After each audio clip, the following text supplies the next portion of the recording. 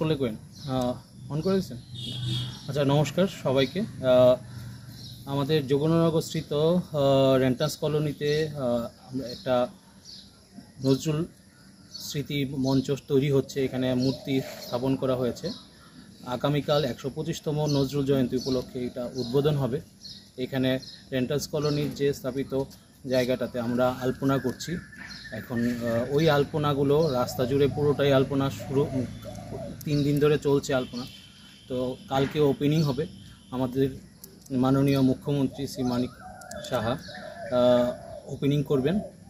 আপনারা সবাই আসবেন, দেখে যাবেন। খুব সুন্দর এক মূর্তি বসানো হয়েছে। কালই ওপেনিং হবে। আপনারা আসুন আর এখানে অনুষ্ঠানকে উপভোগ করুন। আমরা অনেকে মিলে করছি। এখানে সিন্ধু চক্রবর্তী আছেন। শিক্ষা দপ্তর থেকে আমাদের দায়িত্ব দেওয়া হয়েছিল এটা ড্রয়িংটা করার জন্য। এটা করছি, এখনো কিছু চলছে, কাজ শেষ হয়ে যাবে কিছুক্ষণের মধ্যেই। তো আপনারা আসবেন। এখানে দীপ্তেন্দু চক্রবর্তী আছে, চিরঞ্জিত ভদ্র আছে, বাবুল দাস আছেন, আমি সবুজ সাহা, আমরা আরও কয়েকজন আছে, স্বাগতা পোদ্দার আছে, পারমিতা চক্রবর্তী আছে। আমরা অনেকে মিলেই এই আলপনাগুলো করে যাচ্ছি।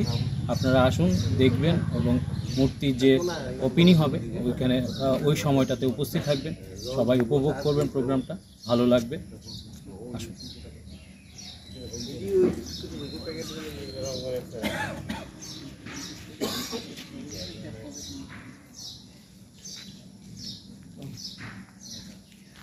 আপনারা একটু কিছু বলে দিন তাহলে। এখানে আমাদের